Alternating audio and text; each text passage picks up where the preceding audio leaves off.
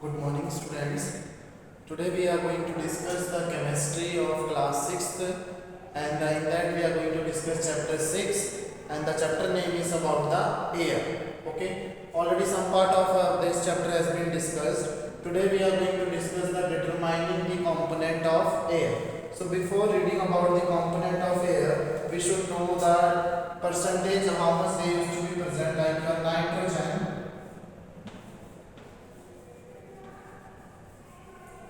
So nitrogen used to be present is 78.1%. Then your oxygen, it is used to be 21%. Then other gases like your CO2, then water vapor, and some other gases, they used to be present only 0.9%. Okay, so now we are going to discuss the determining component of air. Let us see how we can determine that air contain, means in the air the oxygen is used to be present, then your nitrogen, carbon dioxide, and the water vapor. So first one, that is about the oxygen we are going to discuss.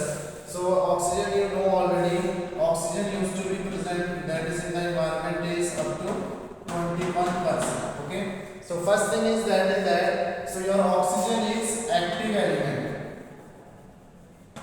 or you can say active gas.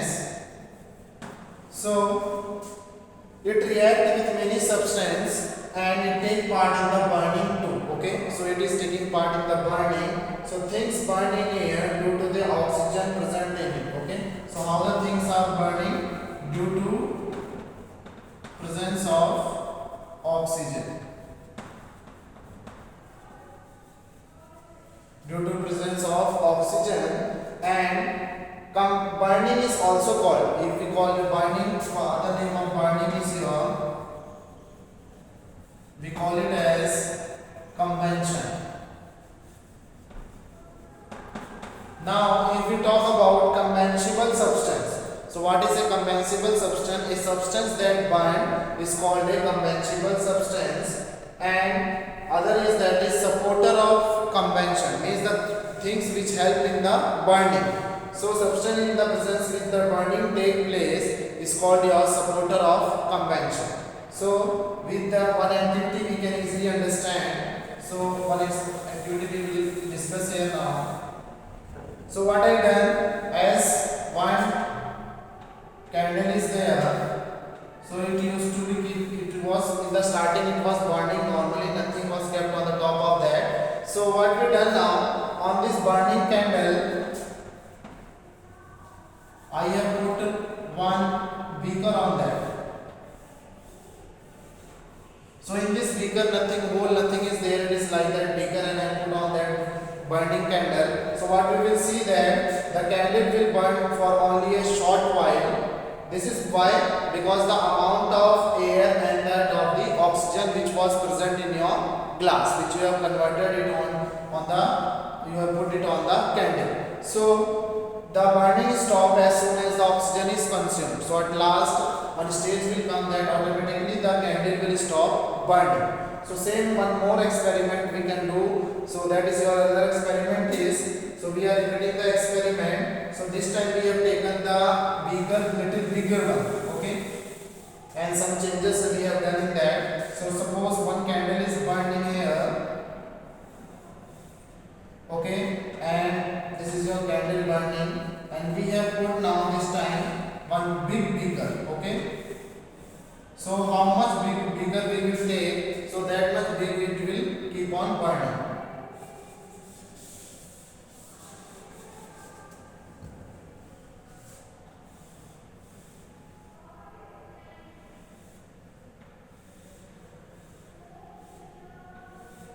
Okay, so this is one beaker, but now in this beaker what we have done, we have made one changes. We have, before putting it on the candle, we have already made in that hole also. So what is the reason that we have made hole in that is that we will come to know. So we, once we put the beaker, why made the hole in that, so make hole in the jar and invert it over a burning candle. So we have inverted generated and we have to make this hole in before only while putting it on the candle.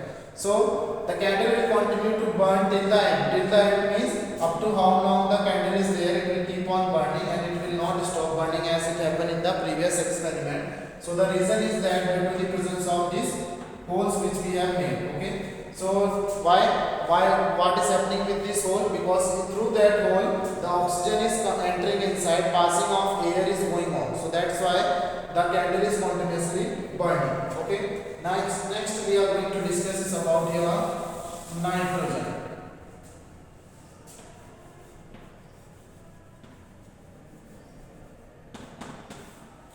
So as your oxygen was active element, but your nitrogen is inactive. It is inactive gas, and other reason of that is it neither burn and not supporting burning.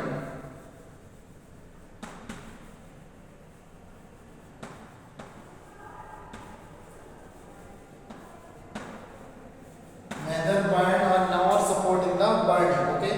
And if you talk about the volume of nitrogen, you know already it is 4th time more than as of your oxygen, that is your 78.1%. Okay.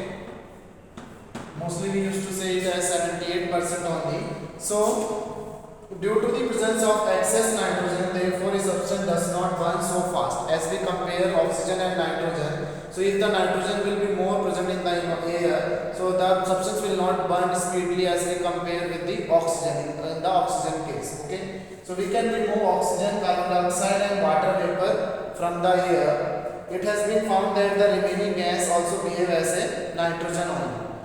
Now we can conclude that air also contain the nitrogen, and nitrogen play important role for your plants and animal also. So how is that? Because your plant get nitrogen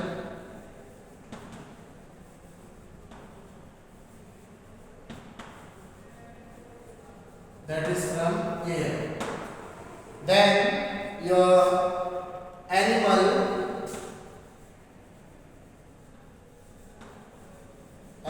get nitrogen from plant. So this was the two things which occurred and which is necessary for the plant and animal, that is the nitrogen. Now next we are going to discuss is about the carbon dioxide. So either you write it carbon dioxide or CO2.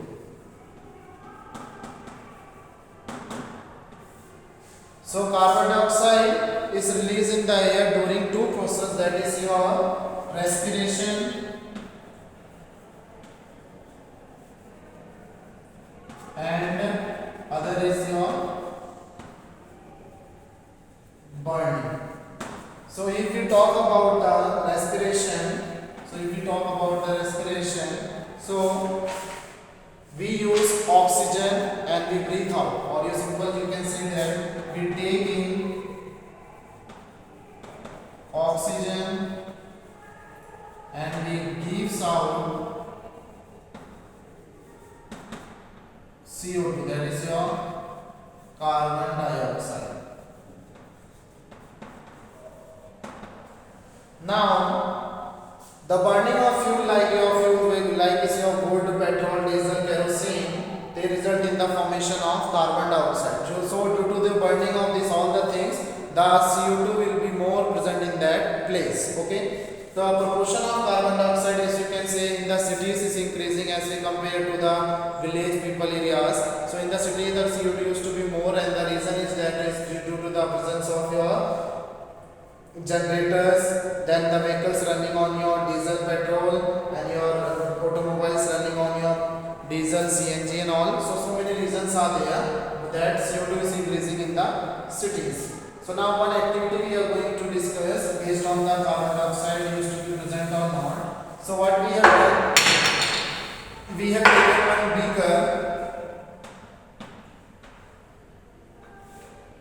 We took one beaker and we have just closed that beaker, and inside that beaker is your lime water. Now from this both sides we have connected two straw pipes,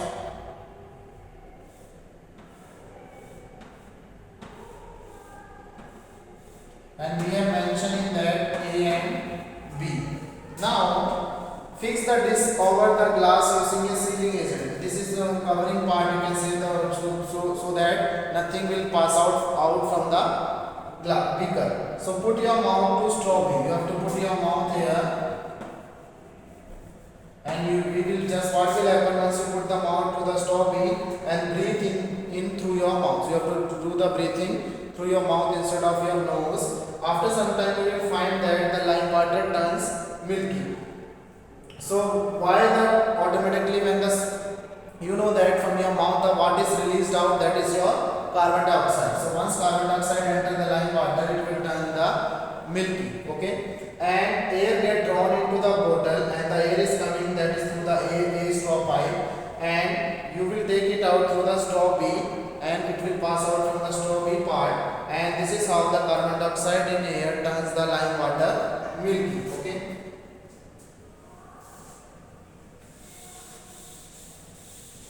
So next one we are going to discuss is about the water vapor.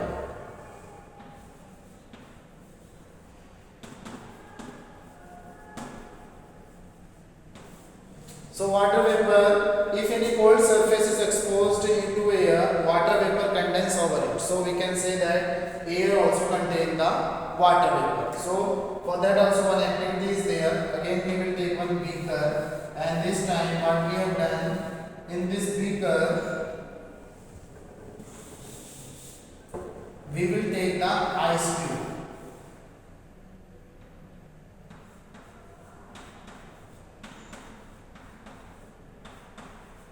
Okay, so put a few ice cube in the dry glass. We have put the ice cube already in that glass. You will find droplet forming on the outer surface of the glass. Outer surface means outer part of that.